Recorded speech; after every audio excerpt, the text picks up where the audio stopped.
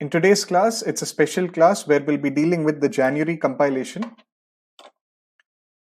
of the month of January 2021.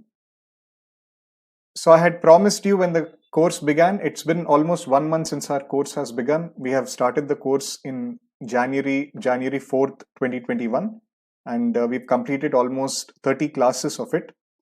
So I had promised you in the beginning of the course that we'll make sure that all the questions of prelims and all the questions of mains, all the 6-7 questions of prelims which are there and all the 5 questions of mains which are there should be there in the series. Okay, that was a promise which I had given you. But of course, we are taking one topic per day. We're taking one topic in depth. We are trying to complete them. So in that process, some minor topics which are important for prelims tend to get missed out. And also there is no proper scope of revision. So we thought we'll have a proper compilation of the entire month of January, where the issues which got missed out of international affairs, there I'll try to briefly touch upon, and I'll also revise the most important issues which have taken place of January. Okay, we'll have 2 classes of this. In this class, I'll be covering the international affairs, the global affairs, the UNGA affairs, the India's bilateral relations. I'll be taking it up. In tomorrow's class, we'll be seeing the international committees, the summits, reports, and other things. Okay, so both of these classes, they're primarily most important for the preliminary examination, I would say, rather than your mains examination, because after all, it's a compilation. Okay, where there is some scope of mains, where it's important for mains, I'll be stressing. Okay, as part of this class, I'll give you an overview where it's important for mains. Yes, good afternoon, Nandini. Good afternoon, everyone. So this is my profile. My name is B.Teja Sir. I've graduated from IIT Kharagpur. I've been working I have worked at Ware Minerals and MNC for 2 years, and presently I'm teaching UPSC students for the past 2 years. So you can find me on the Gradeup app. You can press my image and you can see the follow button on my profile. So you can follow me. So whenever my class is about to go live, whenever an important class is there, you'll be notified. Okay, you'll be notified and you can attend this class. And before beginning, I wanted to remind you that Gradeup Super is having the February Mela, where the Gradeup Super subscription would be given at double validity at 50% off. Okay, so if you're taking the Gradeup Super for 3 months, you'll be getting validity for another 3 months. If you'll be taking it for 9 months, you'll get validity for another 9 months. So there's a double validity. And better, so it has a 50% off also. Okay. So let's begin the January month's compilation. So the first important news, the biggest news of January was Joe Biden. He had finally taken office as the 46th President of the United States on 20th Jan 2021. Before his inauguration, there was the US Capitol mob attacks, about which we had discussed how the Republican supporters, they had stormed the US Capitol, and one police guard was killed, and 4 other people were also died during those protests. But anyway, after all those protests, Joe Biden had finally inaugurated, and Vice President Kamala Harris, she has become the first woman, first African American, and the first person of South Asian descent to hold the post, okay, of Vice President. So she was his running mate, President and Vice President. Okay. So as a first mandate, he had imposed mask wearing in the federal buildings and sent an immigration bill to Congress, which would create an 8-year path to citizenship for millions of immigrants. So these are the first orders which he had taken up. And he signed several other executive orders, about which I'll tell you briefly. And our Prime Minister Narendra Modi ji also congratulated Joe Biden on assuming the office of the president. And India, of course, is looking for a fruitful relations. Okay, so I have, from a mains point of view, we had discussed the US Capitol mob attack and what is the presidential form of government, and how, what are the problems of presidential form of government and its comparison with parliamentary form. Okay, the entire US presidential system we have discussed in this class, and we had also discussed the Joe Biden presidency, what does it mean for India, in 2 different classes. So if you're looking for a mains perspective, you can see these both videos. Okay, they're available on YouTube, and I'll give you a link towards the end of the class where a proper sort of contents page of all my classes are there. Okay, I'll send it to you. Yes, Aisha Singh, this is the first this is not this is your first session. This is an international affairs, current affairs class. Okay. Yes, Meenakshi, this is an English medium class itself, but sometimes where it's unimportant, I tend to tell a little Hindi stuff. Okay, Hindi or my mother tongue stuff. Fine.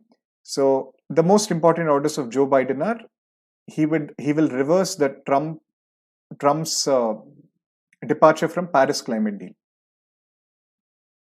Okay, as you're aware, the Paris climate deal, it was since the Paris climate summit of your UNFCCC in 2015. It has still not got operational in USA, mainly because Trump had left it on 4th November 2020. Okay, 3 years after his intention, immediately after Donald Trump was elected, he had told that US would exit from the Paris climate deal. Okay.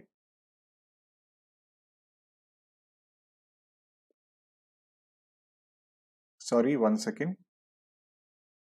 Fine. So they had left the Paris climate deal on 4th November 2020.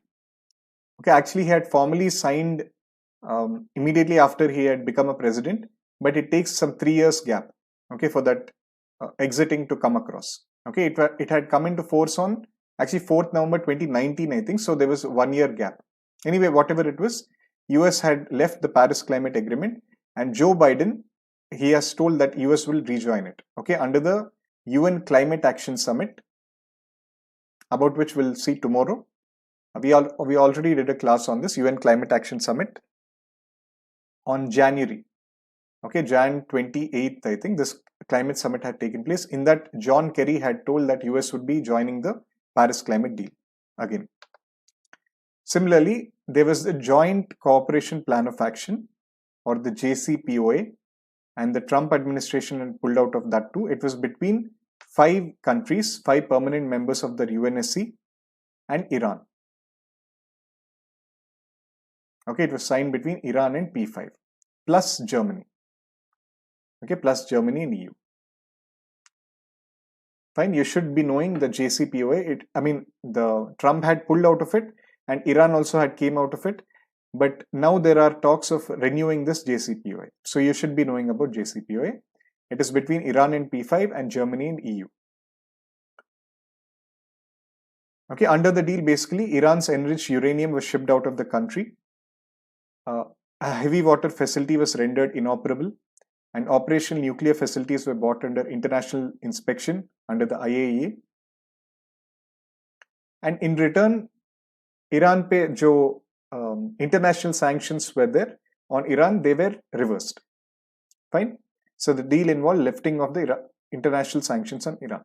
So it was signed in 2015 between the P5 countries and Iran, and of course your Germany and EU. But Trump had left that because Trump was saying that Iran was cheating on this deal, that Iran was not properly following this deal. Iran also had completely withdrawn from that because their general Qasem Soleimani was killed under the US troops attack. Okay, as I was saying, Trump and opponents to the deal said it was flawed because it gave Iran the access to billions of dollars, but it did not address Iran's support to the terrorist groups like Hamas and Hezbollah in the Middle East. So they note that it does not curb the Iran's development of ballistic missiles, and Iran had actually cheated on the nuclear program in the past. So based on these reasons, US had pulled out of it. But under Joe Biden, again, there are talks of renewing the JCPOA. Okay, these are the aspects which I didn't cover in the previous classes. And similarly, US Taliban deal also was there, and Biden administration said that they will review this deal. Okay, this deal was signed in February 2020 itself, but now Biden might reverse this deal. Okay, it was signed in February 2020, and the theme was bringing peace to Afghanistan.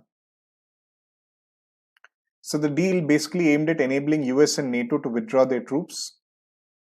And it was a 4-page pact between Zalmay Khalilzad. He was a US Special Representative of Afghanistan. So he was officially sent as part of this peace deal with Afghanistan. And officially Taliban, Okay, Taliban's the Mullah Abdul Ghani Baradar, he was the political head of Taliban. So they had met. Okay, you can see here they had met and they had signed this 4-page pact in Afghanistan. So the agreement was that US and NATO would exit the Afghanistan and there will be a comprehensive ceasefire on intra-Afghan dialogue and the negotiations agenda. Okay, so the bringing peace to Afghanistan was done in February 2020, but Joe Biden might reverse that. Okay, because Biden doesn't believe in good terrorists and bad terrorists like the Democrats. So you'll have to wait and see. So these are the three biggest sort of signatures of Joe Biden's administration. One is your Paris climate deal, one is the Iran deal, and the other is the Taliban deal.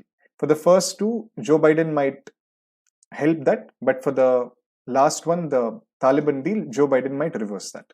So just be aware of these. Fine. Another important international affair of US administration was the H-1B work visas, on which many of our Indians also, they go to US. Their rules have been changed. Okay, now they're giving priority to higher wage and skills. Earlier, there was a lottery system. Okay, there is a lottery system of H-1B visa. I'll tell you the lottery system. But now they're having on basis of merit, they're selecting the H-1B. So H-1B visa, what is H-1B visa? In 1952, it was launched after US started expanding its presence in science, technology, engineering, and maths, STEM disciplines, and they needed the high quality workers. So there are different visas, H-1B, H-2B, L-1, O-1, E-1. Okay, the L-1 and E-1, for example, they're for the elite classes. And H-1B, H-2B are for the technical work. So depending on the qualification required. So H-1B, as I told, it's a non-immigrant visa where the foreign workers can do theoretical or technical expertise. So presently, the rules have been changed that this visa-based regime, it will be working on preferred wage equal or exceeds the prevailing area of employment. So preferred wage is basically the wage the employer will be paying the beneficiaries, and that wage should be greater than the wage in that area. Okay, imagine there is California area. In the California area, or maybe say your New Jersey area, because a lot of Indians stay in the New Jersey. So in New Jersey, if there is some X amount, which is the normal pay which is there in that area of employment in New Jersey. Okay, say this X amount of dollars. Now, if this preferred wage is more than X, then this H-1B visa can be considered. Okay, so they're considering merit now. And it will be done for 65,000 regular visas and 20,000 advanced degree exemption visas. So for both of this, they're doing this. And a skill set that the respective worker is bringing to the country, and they'll cross-check if the skill set can be got with the same cost with US workers. Based on this, we are getting. Earlier, there was a lottery system for the selection of H-1B. So US administration, that 65,000, 20,000 which I told, all of them, they're selected based on lottery. Okay. So it was completely randomized. It did not consider any wages, skills, or needs of employees, but now they're considering the wages, skills, and needs of employees. It's for all countries. Aisha Singh, not only India, but for all the countries, they have this 85,000 work permits. And for all of this, they have made this skill-based rule. Okay? So that is the US related news, most important US related news of January 2021. Next, the biggest news of India. Now we shall see some UN related news. UN related, the biggest news of India was India has entered the UNSC. Okay, UNSC, it is one of the 6 principal organs of United Nations. It is mainly responsible for international peace and security, and it will take care of the international disputes, the international friction, armaments, peacekeeping operations, military actions. All of them, they come under the UNSC. So UNSC has actually 15 members. If somebody asks you how many members are there of UNSC, it has 15 members. Generally, we think 5, right? The P5 which I showed you. But there are those P5 are your permanent members, and there are 10 non-permanent members. And among this 10, half of the non-permanent members, they are elected every year. So they get a 2-year term. So every year, half of them, they keep revolving. And this year, along with India, Ireland, Mexico, Norway, so they were also elected. So all of plus India. So these 5 countries have been made part of the council. Okay, there is one country missing, I think. Okay, these are the new countries which are elected to the council. Okay. And another important UN related news, this, for example, this UNGA we have done comprehensively. In this class, India enters UN Security Council. So you need to be knowing the problems with UNSC, the reforms which are required, how there is no proper representation of African countries and Asian countries, and how India is trying to enter the permanent seat also. So it's a mains related thing which you'll find in this video. Okay, I'll share the link of all these videos in a proper page towards the end of the class. Another important UN related information was the Treaty on Prohibition of Nuclear Weapons. It has become the first ever treaty to ban the nuclear weapons which has entered into the force. Okay, it's the first treaty to completely ban nuclear weapons. Okay, earlier we have had the Non-Proliferation Treaty or your CTBT, Comprehensive Test Ban Treaty. They were not for the prohibition of nuclear weapons. They were only dealing with the testing and the proliferation part of it. Now they are completely prohibiting the nuclear weapons. Okay. So actually UNGA had approved this in 2017 itself, but in October 2020, they had reached that 50 figure. Okay, 50 members they have reached. Is it there here? No, it's not there here. In 2020, they have reached 50 members to sign and ratify it. So it has come into force. Formally, it has come into force. It includes a comprehensive set of prohibitions, and the country which is signing and ratifying this treaty, it should not develop, test, produce, acquire, possess, or stockpile the nuclear weapons. Okay, and mainly because of ICAN, which is the International Coalition for Abolition of Nuclear Weapons. This has started working. This was also awarded the Nobel Prize in 2019, if you know. It has won the Nobel Peace Prize. So mainly due to their efforts, this is a legally binding instrument. Okay, Treaty on Prohibition of Nuclear Weapons. Now, can somebody tell me, does India support this? Does India support the Treaty on Prohibition of Nuclear Weapons? Yes or no? Does India support?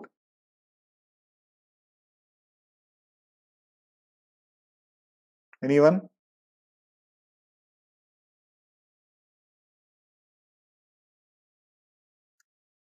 Okay, a lot of you are new, I think. Any old students of my course?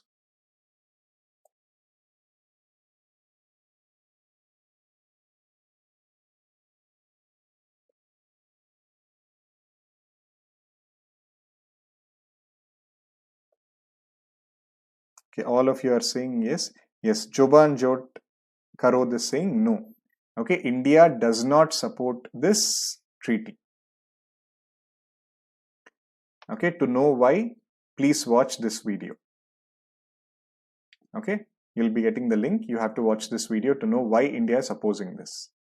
Not only India, all the P5 countries and all the countries which have signed the NPT, they are opposing this Treaty on Prohibition of Nuclear Weapons. Okay, India is against nuclear weapons, but we are opposing this because India is more aligned with another body called as Conference of Disarmament.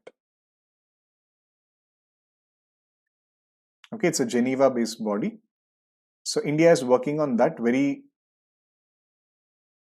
devotedly. Okay, since 1980s, India is working. Since in 1995, India also served as the head of the chair of your Conference of Disarmament.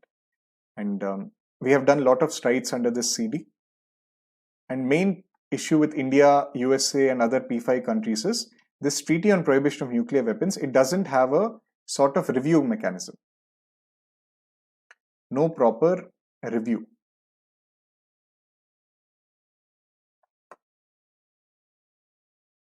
Fine. So since there is no proper review mechanism from IAEA, and India has been working on CD, like, see, imagine you're going on a path for 30 years. Okay, suddenly a new person comes and say that this path is wrong. Let's go in this path of getting nuclear prohibition. So will you follow that path? In this path, you've already invested so much money, so much time, so much efforts. So that is the reason why India is opposing this Treaty on Prohibition of Nuclear Weapons. Please watch this class. We have also had an answer writing session on this. You'll be getting proper clarity of why India is against this. Fine. And similarly, UNGA also adopted a resolution to promote culture of peace and tolerance in the religious sites across the world. So this resolution, it calls for strengthened international efforts to foster a global dialogue on promotion of your tolerance and peace. So nothing much. There are no proper nouns in this which can be asked in our prelims. But this was passed on 21st January. It is to safeguard the religious sites all across the world. It was actually passed by Saudi Arabia. Saudi Arabia started it, and India also supports this treaty of protecting the religious sites across the world. Mainly, if there are war sites or destruction or violence happening in those areas, to prevent that, this resolution they have passed. So those are the most important UN resolutions, UNGA resolutions. Next, if you see the India-China relations or India's world, or maybe international affairs which are having disputes, international disputes, India-China dispute, it's very famous. And newly, the India's Ministry of External Affairs says that they are aware of construction along the LAC. Where is this going on? In the Arunachal Pradesh region. Okay, in the Arunachal Pradesh region where we have the LAC. The LAC, for example, from the McMahon line when it was drawn, the Arunachal Pradesh, India recognizes Arunachal Pradesh as part of our territory. But China feels that is Lower Tawang region. It feels it's a part of Tibet. Okay, this is an ongoing dispute. You must be aware of it. So between November 2019 and November 2020, across the LAC, they are building this sort of village. Okay, like they're defending their new village, which is our Arunachal Pradesh village. And India sees it as a border separating Arunachal and Tibet on the banks of Sari Chu River in Upper Subansiri district of Arunachal. Okay, this place is very important. Okay, Upper Subansiri district in Arunachal Pradesh. So Indian officials have said that the area has been under Chinese control since 1959, and there are close to 24 spots where India and China, they're having disagreements on alignment. And China earlier, they had built a permanent military barracks in this area, and analysts are saying that this is to bolster China's claim to the area as they're building that wall. Fine. So that is the main issue with this. But for us, for our preliminary examinations and competitive examinations, the area is important. Okay, and why is China doing it? It is part of their poverty alleviation program. Okay, just like how we have our own poverty alleviation programs, how we have the Manrega, how we have other village development schemes. This is their program of China to protect their villages. So under this, there some 600 villages they are built and 100 are in border areas. So government is calling them as poverty alleviation village. But some of these, they are at very remote area with little economic activity. So more than economic development, this looks like a strategic purpose area, this building of this village. And another village which was built in Pangda, this was in Bhutan. So in Bhutan also they are building villages. So China, in the name of economic development, they are building villages in the sovereign territory of India and Bhutan. Fine. Okay. Next, we have the Grand Renaissance Dam Hydropower Project. So this is also an international dispute, just like how we have the India-China dispute. This is also an international dispute. And under this is mainly involving your Egypt, Sudan, and your Ethiopia. Okay, so let us see all of them. Egypt, Sudan, and Ethiopia, Sudan, and Egypt. So they have resumed negotiations regarding the decade-long complex dispute over the Grand Renaissance Dam in the Horn of Africa. So as you know, the Nile River, it flows through Egypt, it flows through Sudan, and it flows through Ethiopia. And here, Ethiopia is building the Grand Ethiopian Renaissance Dam. Okay, just like how we have the interstate water disputes between your on Kaveri between your Karnataka and Tamil Nadu, or how Telangana and your Maharashtra or Telangana and Andhra Pradesh. So in that way, these countries are having this interstate water dispute, inter-country water dispute. Okay, so this is important for us for prelims. Grand Renaissance Dam Hydropower Project. Okay, so it is formally known as Millennium Dam, and it was located in Ethiopia. It is the largest hydroelectric power in Africa, and it will be the 7th largest in the world. But what is the problem? Nile River is the center of the dispute among this.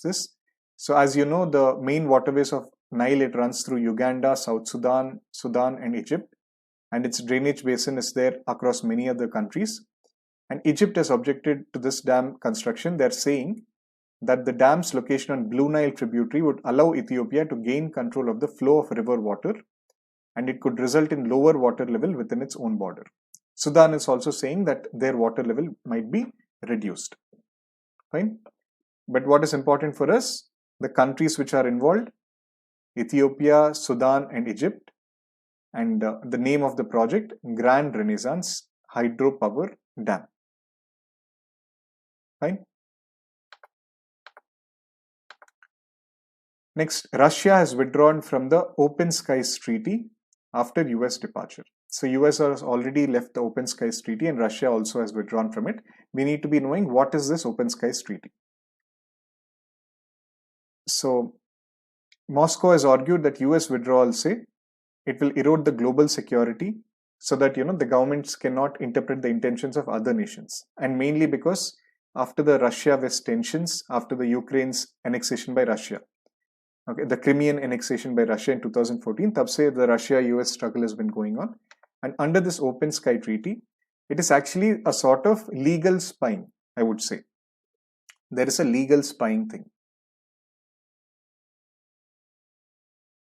So it was first proposed by US President Dwight Eisenhower to de-escalate the tensions of Cold War. And it was signed in 1992 between the NATO members and the former Warsaw Pact countries. So, after the Soviet Union disintegrated, after the disintegration of Soviet Union, it was signed. Okay, it went into effect in 2002, and currently it has 35 signatories along with one non-ratifying member, which is Kyrgyzstan. So between US and USSR countries, it was signed. The erstwhile USSR countries, it was signed. So what is this? It is mainly intelligence gathering. So by the Open Skies Treaty, the satellites would be given access to spy in the areas, so that any sort of weapon developments or armaments developments or nuclear development couldn't be taken up by the states. Okay, there's an Open Sky Treaty.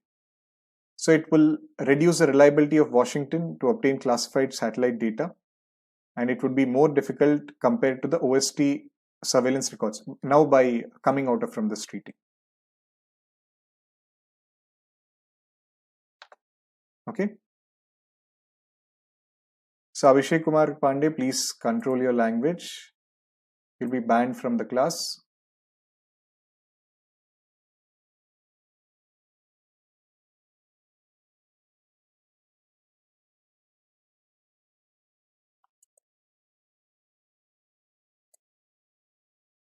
Okay.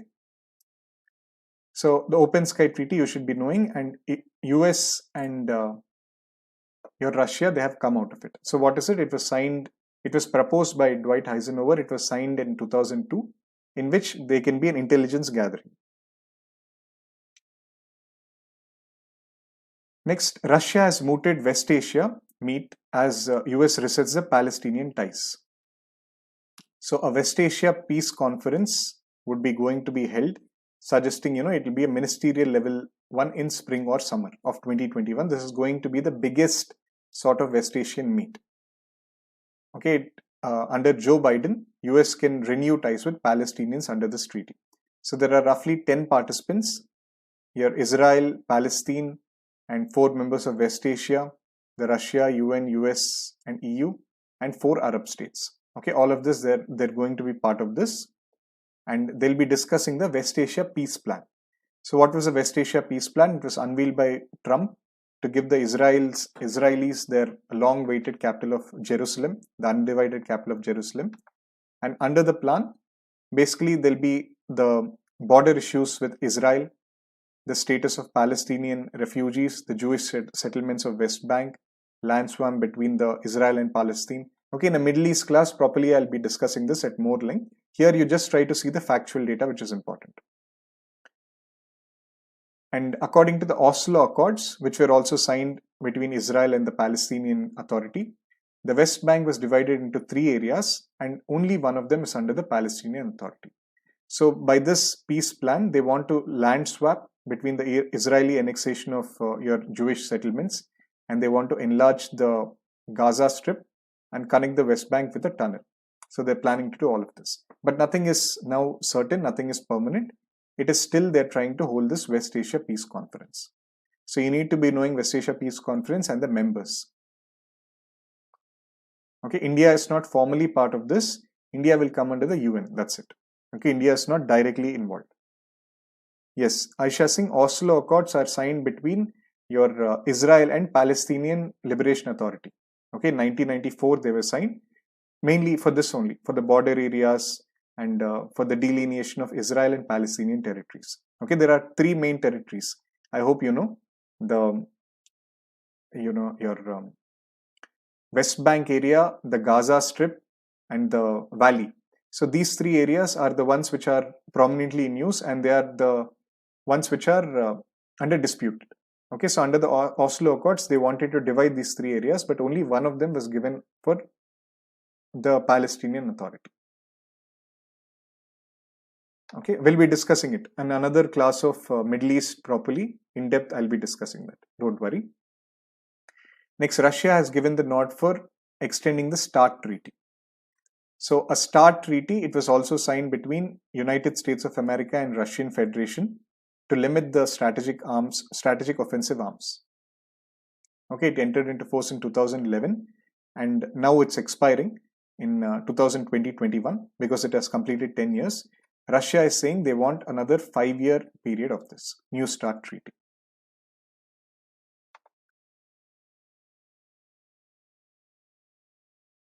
Fine. So New START has replaced the 1991 START 1 treaty, which expired in 2009. So there was an initial START 1 treaty also.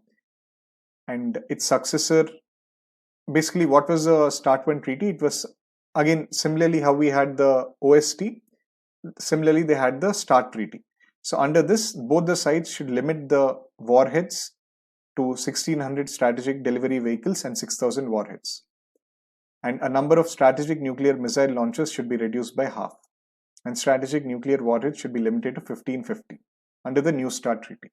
But it has expired in 2021 and Russia wants to extend it for another 5 years. What is important here is START treaty is between what 2 countries? US and Russia. And when did it get signed? It got signed in 2011 and it has completed its 10 years. Okay. So those are the main international affairs, and there are some foreign visits. 2 main important foreign visits which happened in January are your Pradeep Gyawali. He's a Nepali foreign minister. He had visited India and he also told that Nepal won't, they won't allow any Chinese interference into Nepal. So he had made such a big statement. We have had a complete class on this. Similarly, the India-Singapore Defense Ministers meet also happened, where they have signed a submarine rescue support arrangement. On this also we have had a complete class. Okay, so these are the most important events of January, and these are the ones which are your international affairs and your bilateral relations.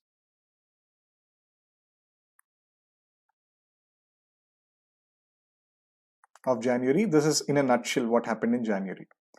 So this is today part 1. In tomorrow's part 2, we'll do the summits, important summits, important organizations which met, and important reports. All the important reports of January I'll be completing tomorrow. So please attend tomorrow's class, and let me also just share you the link of my blog so that you can see all the articles, all the classes which have been posted till now. 1 second.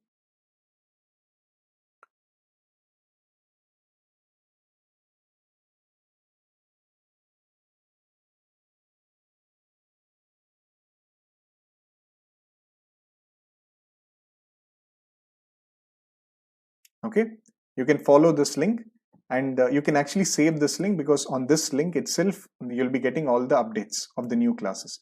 Or you can go to YouTube. For people who are watching on YouTube, you can see the my playlist of State of International Affairs. You'll get all the links there. Fine. So that's the end of today's class, friends. So if you like the class, please like, comment, share, and subscribe.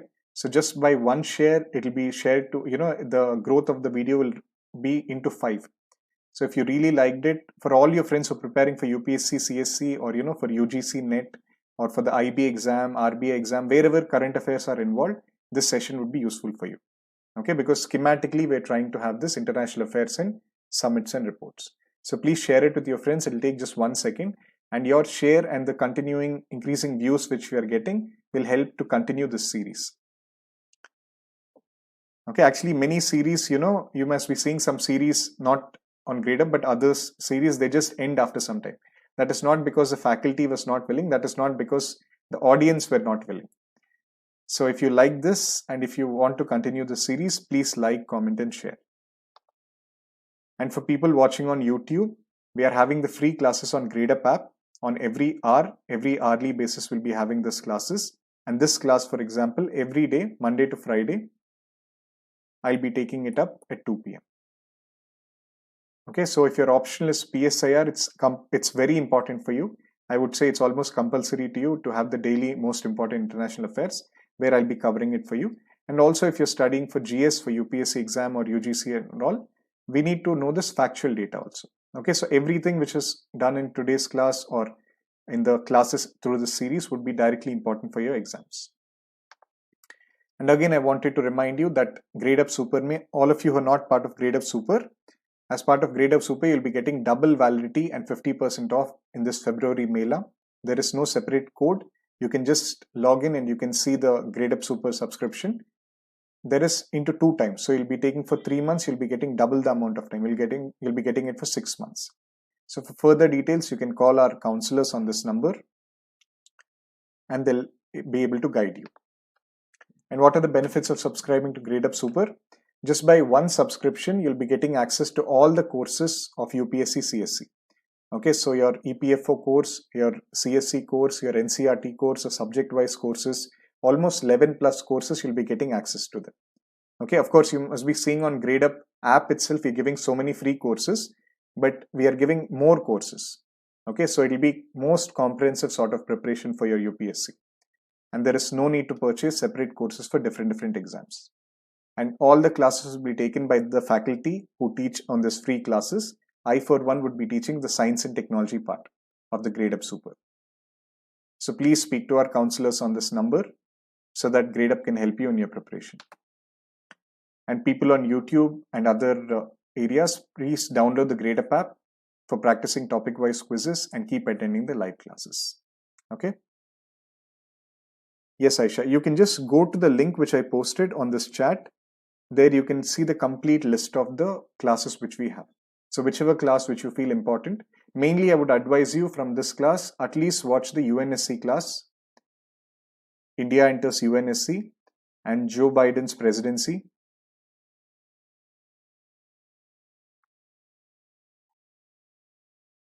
For mains, I'm telling, for Joe Biden's presidency and your Treaty of Prohibition of Nuclear Weapons. These 3 are the most important for your mains from the month of January. Okay, also Nepal class also is important. You can just go through. Okay. So thank you so much, friends. Let's meet again tomorrow at 2 p.m. to complete this series where we'll have the summits and reports. Okay.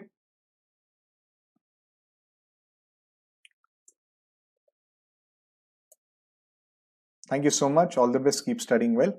Bye-bye.